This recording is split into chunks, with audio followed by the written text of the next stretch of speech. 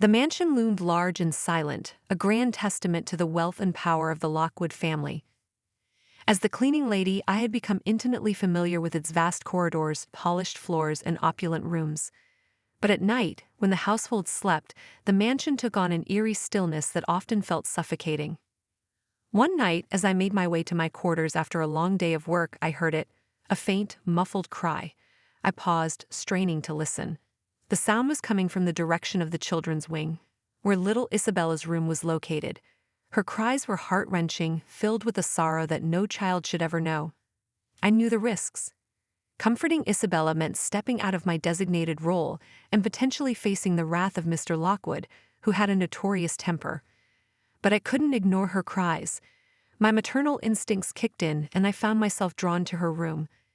I pushed the door open gently and saw Isabella curled up in her bed, clutching her stuffed bear, tears streaming down her cheeks. Her large brown eyes were red and puffy, and her sobs were quiet but continuous. "Isabella," I whispered, stepping into the room. She looked up, startled. But then her expression softened when she recognized me. "Sofia," she said, her voice trembling. "I can't sleep, I'm scared." I walked over to her bed and sat down beside her, stroking her hair gently. "It's okay, sweetheart. I'm here now. You're safe. Why don't Mommy and Daddy love me?" she asked, her voice barely audible. My heart broke at her words. I didn't know how to answer her, so I simply held her close. "They do love you, Isabella. They're just busy and sometimes forget to show it." She sniffled and leaned into me. "Will you stay with me until I fall asleep?" "Of course," I replied, wrapping my arms around her. "I'll stay as long as you need." For the next hour, I stayed by Isabella's side, humming lullabies and holding her hand until her breathing evened out, and she drifted off to sleep. As I looked at her peaceful face, I made a silent promise to myself. I would protect this child, no matter the cost. Just as I was about to leave, I heard a soft knock on the door. Startled, I turned to see Victoria standing there, her eyes filled with concern. "Sofia, is everything all right?" she asked in a hushed tone. I nodded. "Yes, ma'am. Isabella had a bad dream, but she's asleep now." Victoria stepped into the room and glanced at her daughter, her expression softening. "Thank you, Sofia. I don't know what we would do without you." I gave her a small smile. "It's my pleasure, Mrs. Lockwood. She's a sweet girl." Victoria sighed and looked at me with a mixture of gratitude and sadness. I wish I could be there for her more often, but it's complicated. I hesitated for a moment before responding. "She's lucky to have you, ma'am, and I'll do everything I can to help her." Victoria nodded, a tear slipping down her cheek. "Thank you, Sofia. It means more than you know." As I left Isabella's room that night, I couldn't shake the feeling that things were about to change in ways I couldn't yet understand. But one thing was certain. I would be there for Isabella, come what may. The days at the Lockwood mansion were long, filled with endless tasks and constant vigilance to maintain the impeccable standards expected of the staff. But amidst the chaos, I found solace in the small moments of connection, particularly with Isabella. Her innocence and vulnerability struck a chord within me. And I found myself looking forward to our nightly talks. One afternoon, as I was polishing the grand staircase, I heard a soft voice call my name. Turning around, I saw Victoria standing at the bottom of the stairs, looking unusually pensive. "Sofia, could you come with me for a moment?" she asked. "Of course, Mrs. Lockwood," I replied, setting down my cleaning supplies and following her through the labyrinthine hallways to her private sitting room. It was a lavish space, filled with ornate furniture and rich tapestries, but it felt strangely cold and impersonal. Victoria gestured for me to sit down, then took a seat opposite me. She seemed hesitant, her hands fidgeting in her lap.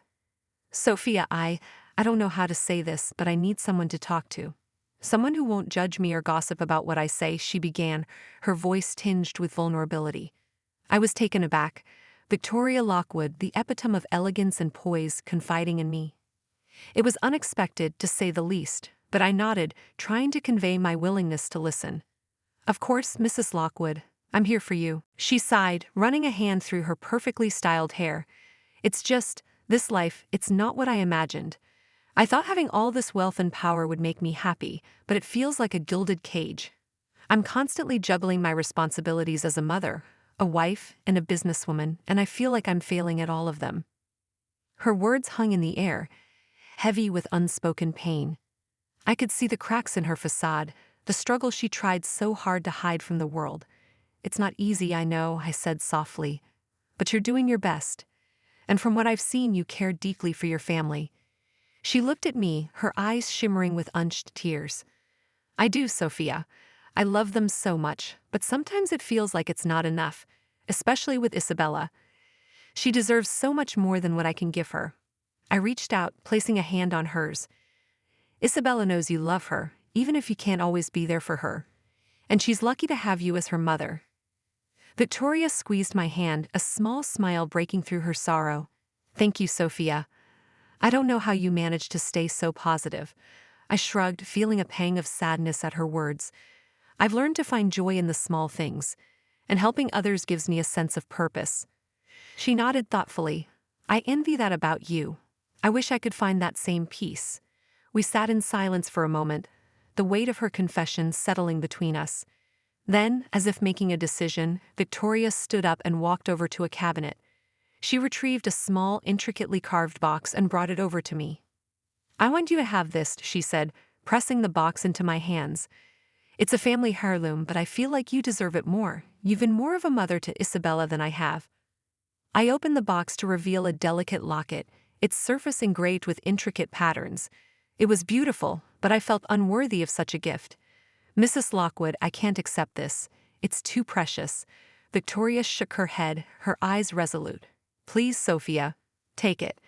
It's my way of saying thank you for everything you've done." Tears filled my eyes as I clasped the locket in my hands. "Thank you, Mrs. Lockwood. I'll treasure it always." As I left Victoria's sitting room that day, I felt a newfound sense of purpose. I had become more than just a cleaning lady. I was a confidant, a friend, and a protector. And I was determined to live up to those roles, no matter what challenges lay ahead. The atmosphere in the Lockwood mansion was already tense, but the arrival of the new nanny, Emma, introduced an additional layer of unease. From the moment she stepped through the grand entrance, with her designer luggage and confident stride, I sensed a shift in the household dynamics. Emma was everything I wasn't: glamorous, outspoken, and undeniably attractive. She carried herself with an air of superiority, and it didn't take long for her to start making waves. "Sofia, could you fetch me some water?" Emma's voice cut through the silence of the kitchen where I was preparing Isabella's lunch. Her tone was not one of request but of command. "Of course, Miss Emma," I replied, trying to hide my irritation. I handed her a glass of water, and she took it without a word of thanks. "So, Sofia, how long have you been working here?" Emma asked, taking a leisurely sip. "Almost 5 years," I answered, keeping my voice polite. "5 years? That's quite a long time for a cleaning lady." "Must be nice to have job security," she remarked with a condescending smile. I chose to ignore the barb and focused on my work. Emma's arrival had already stirred the pot, and I had no intention of adding to the drama. But her presence was impossible to ignore, especially as her relationship with Mr. Lockwood became more apparent. It started with the stolen glances and hushed conversations. Then came the late-night meetings in the study, where the door was always conveniently left ajar. The staff whispered among themselves, but no one dared to confront the situation.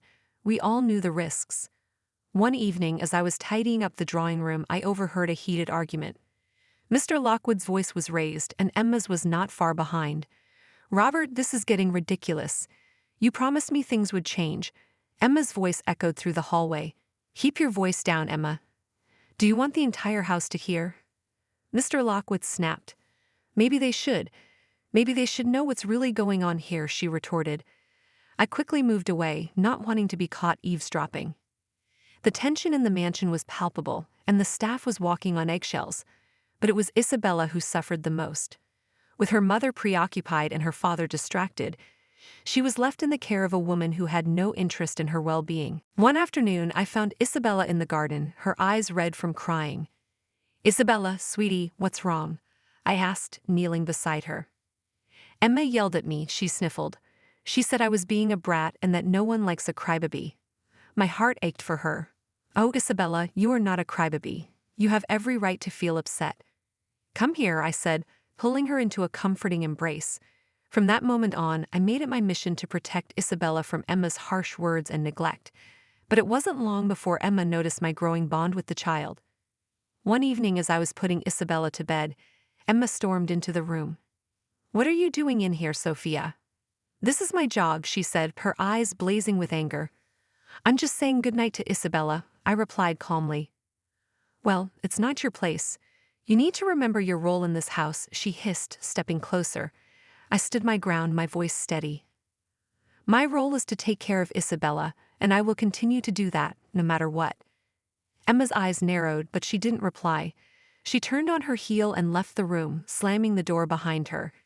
I knew then that the battle lines had been drawn. That night, as I lay in bed, I couldn't shake the feeling of dread. Emma's presence had brought a storm to the mansion, and I feared the worst was yet to come. But I also knew that I had to stay strong for Isabella's sake. She needed someone to stand up for her, and I was determined to be that person. Little did I know the storm would soon reach its peak, testing my resolve and forcing me to make a choice that would change all our lives forever. The Lockwood mansion had always been a place of grandeur and opulence, but with Emma's arrival, the cracks in its polished surface began to widen. The once serene atmosphere was now charged with tension, and the most vulnerable among us, Isabella, was suffering the most. It was a crisp autumn morning, and I was busy dusting the library shelves. I had just finished arranging the books when I heard raised voices coming from the direction of the kitchen. I crept closer, careful not to make a sound, and peered around the corner.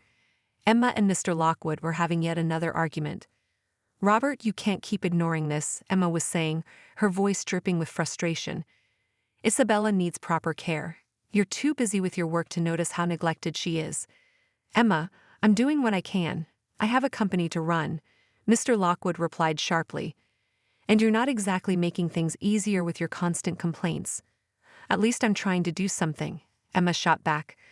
"You're too absorbed in your own world to see what's happening right under your nose." As their argument continued, I could hear Isabella's sobs from the nearby nursery. My heart ached for her.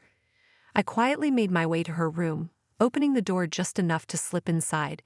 Isabella was sitting on her bed, her small shoulders shaking with each sob. Emma was nowhere in sight. I approached her gently, sitting beside her on the edge of the bed. "Isabella, sweetheart, why are you crying?" I asked softly, brushing a strand of hair from her tear-streaked face. "They keep fighting," Isabella said through her tears. "And Emma says it's all my fault, that I'm a burden." "No, Isabella, it's not your fault," I reassured her. "Sometimes adults get upset and don't know how to handle their feelings. But you're not a burden. You're a special little girl, and you deserve to be cared for and loved." She looked up at me with wide, searching eyes. "But why doesn't anyone care about me?" "I care about you," I said firmly. "And I'm here to help you, no matter what." I spent the next few hours with Isabella, playing games and reading stories to distract her from the turmoil in the house. As the day wore on, I couldn't shake the feeling of helplessness. Emma's behavior was growing more erratic, and Mr. Lockwood's frequent absences only added to the chaos. Later that week, the situation reached a new low. I was in the kitchen preparing snacks for Isabella when I overheard another argument between Emma and Mr. Lockwood. This time their voices were even louder and more desperate. "You need to step up, Robert," Emma was shouting. "I can't be the only one trying to keep this house together. Isabella needs stability, not constant upheaval. I'm doing the best I can." Mr. Lockwood's voice cracked with frustration. "But you seem more interested in creating drama than actually helping." Their words cut through me like a knife.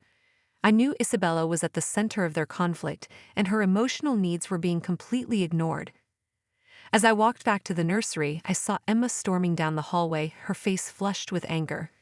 I caught her eye as she passed. "Care to explain what you're doing?" Emma snapped. "This isn't your business." "I'm just here to make sure Isabella is all right," I replied calmly.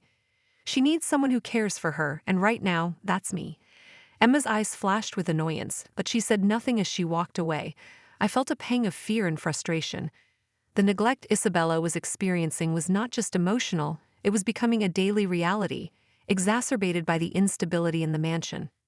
That night, I decided to confront the situation directly. As I was tucking Isabella into bed, I noticed Emma standing in the doorway, watching us with a scowl. "Everything okay in here?" Emma asked, her tone cold. "Yes, everything's fine," I said, trying to keep my voice steady. "Isabella is just getting ready for bed." Emma's gaze lingered on me, and I could sense the hostility behind her eyes. "Just make sure you don't overstep your bounds," she said before turning on her heel and leaving the room. I sighed, feeling the weight of the situation pressing down on me. Isabella needed a stable and nurturing environment, and it was clear that neither Emma nor Mr. Lockwood were providing that. I knew I had to take action, but the risks involved were daunting. As I watched Isabella drift off to sleep, I resolved to do whatever it took to protect her.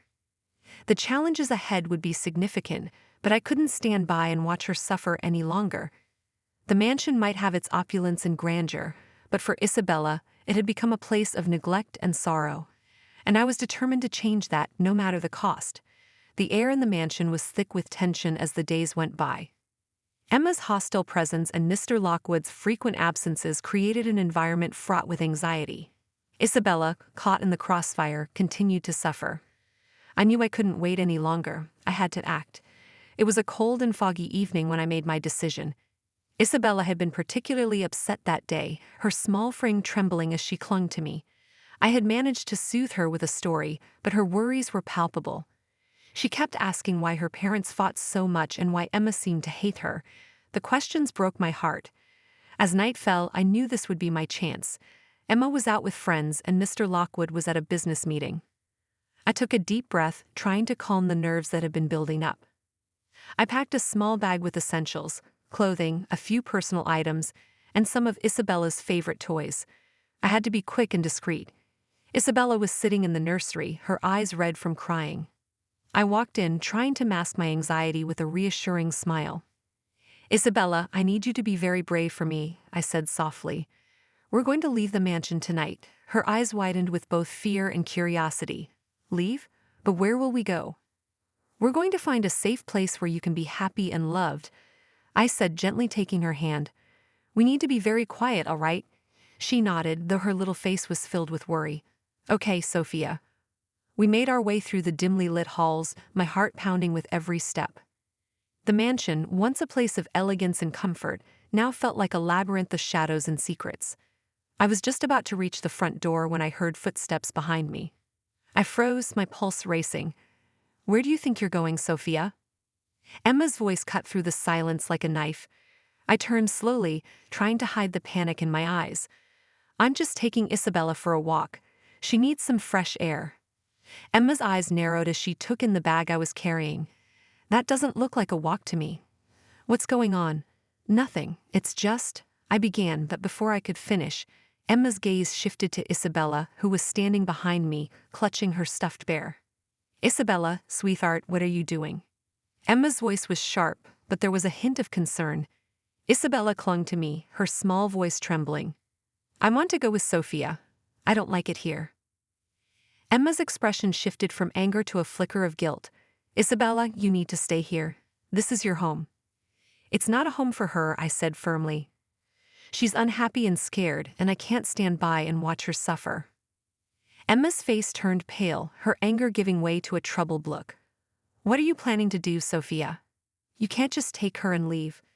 "I'm taking her to a safe place," I said, trying to keep my voice steady. "We're leaving now." Emma's hesitation was brief. Her eyes darted between me and Isabella, and then she sighed, stepping aside. "Fine, go. But know this, if you leave, there will be consequences." I didn't have time to argue. I grabbed Isabella's hand and hurried out the front door, the chilly night air hitting us like a gust of icy wind. We ran down the driveway, my mind racing as I tried to figure out our next move. "Where are we going, Sofia?" Isabella asked, her voice barely above a whisper. "We're going to find a safe place where we can get help," I assured her. "Just stay close to me." As we reached the edge of the property, I saw headlights approaching. My heart skipped a beat, but as the car drew closer, I realized it was a taxi. I waved it down, and the driver, a kind-faced middle-aged man, rolled down his window. "Are you all right?" he asked, noticing our disheveled appearance. "I need to get to the nearest shelter," I said urgently. "Please, it's an emergency." The driver nodded, opening the back door for us. We climbed in, and as the car pulled away from the mansion, I glanced back, seeing the grand house fade into the distance. The weight of our departure settled heavily on my shoulders, but the sight of Isabella finally sleeping peacefully gave me a glimmer of hope. As the taxi drove through the darkened streets, I couldn't help but wonder what lay ahead. The road was uncertain, but for the first time in a long while, I felt a sense of determination. I was taking a stand, not just for Isabella, but for myself. The escape was only the beginning of a new chapter, and though the path was fraught with challenges, I knew we had taken the first crucial step toward a better future. The taxi ride felt like it stretched on forever. I could hear Isabella's soft, even breathing beside me, a small comfort amidst the chaos. The city lights flickered past, their reflection dancing in the window as I tried to piece together our next move. The shelter we were headed for was known to provide temporary refuge, but I had no idea how long we could stay or what would come next. As the taxi turned onto a quieter street, I spotted the shelter's modest sign. It was a small, unassuming building with a warm glow emanating from within. My heart lifted slightly. At least we had somewhere to go, at least for tonight. The driver stopped the cab and helped us with our bags. "Here we are, hope everything works out for you," he said kindly. I thanked him and watched as he drove away, the car's tail lights disappearing into the night. Inside the shelter, the warmth was a stark contrast to the cold night air. The receptionist, a middle-aged woman with a kind face, greeted us. Her name was Claire, and her eyes softened when she saw Isabella clinging to my side. "Welcome. How can we help you tonight?" Claire asked, her tone gentle. "I'm Sofia," I began, "and this is Isabella. We're looking for a place to stay just for the night. We left a difficult situation, and we need somewhere safe." Claire's expression grew serious, but she nodded understandingly. "I'll get you checked in. We have a few rooms available, and I'll make sure you're comfortable. Let me just get some information from you." As she busied herself with the paperwork, Isabella tugged on my sleeve. "Sofia, are we going to be okay?" "We're going to be just fine, Isabella," I reassured her. "This place is safe, and we'll figure things out." Claire led us to a small, cozy room with 2 beds and a window overlooking a garden. The room was modest but clean and warm. Isabella immediately flopped onto one of the beds, her exhaustion finally catching up with her. After Claire left us to settle in, I sat by the window, staring out at the dimly lit garden. My thoughts were a whirlwind of worry and relief. Just as I began to feel the weight of everything pressing down on me, there was a knock on the door. Claire reappeared, this time accompanied by another woman. She was in her late 40s with a no-nonsense demeanor that was softened by her empathetic eyes. She introduced herself as Victoria. "Sofia, this is Victoria. She's one of our regular volunteers here," Claire explained. "I thought it might be helpful for you to speak with her." Victoria extended her hand with a warm, reassuring smile. "Nice to meet you, Sofia. I've heard a bit about your situation, and I just wanted to offer my support." I shook her hand, feeling a mixture of relief and curiosity. "Thank you. I'm not sure what we would have done without this place." Victoria's gaze shifted to Isabella, who was now curled up on the bed. "It's not easy, I know. Sometimes it feels like everything is against you, but you're not alone in this." I nodded, feeling a lump in my throat. "I just want to keep Isabella safe. Her parents." "I understand," Victoria interrupted gently. "The most important thing right now is to take care of both of you. We have resources available, and I can help you connect with the right people." I looked at Victoria, seeing genuine concern in her eyes. "I appreciate that. We need help with finding a longer-term solution. I don't know where to start." Victoria smiled. "That's where I come in. I've been involved with various organizations and have contacts who might be able to provide assistance. We can discuss your options and create a plan that works for both of you." The sense of being overwhelmed began to ease. "Thank you. I didn't expect to find someone so willing to help." Victoria's expression softened further. "You'd be surprised how many people want to make a difference. Sometimes it just takes finding the right ally." Claire reappeared, bringing some refreshments. "I'll leave you two to talk. If you need anything, just let me know." As Claire left, Victoria sat down on the edge of the bed, her demeanor warm and approachable. "Sofia, I know this isn't easy, but you've taken a brave step.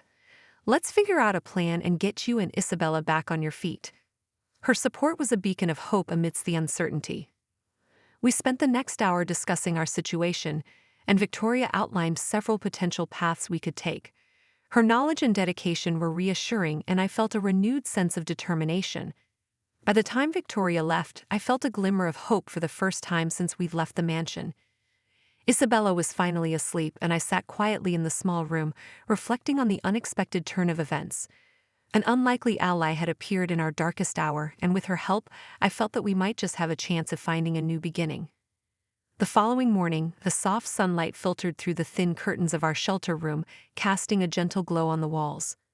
Isabella was still asleep, nestled comfortably under the covers. I took a moment to breathe deeply, trying to shake off the remnants of anxiety from the previous night. Today was a new day, and it held the promise of change. Claire knocked lightly before entering with a tray of breakfast. "Good morning, Sofia. I thought you might like some breakfast before we get started on finding you a more permanent solution." "Thank you, Claire," I said, taking the tray with a grateful smile. "This is really kind of you." Claire nodded. "We want to make sure you and Isabella are well taken care of. I'll be checking in with you throughout the day to see how things are going." After breakfast, I decided to call Victoria to set up a meeting. I hoped to discuss the options she mentioned and solidify a plan for our future.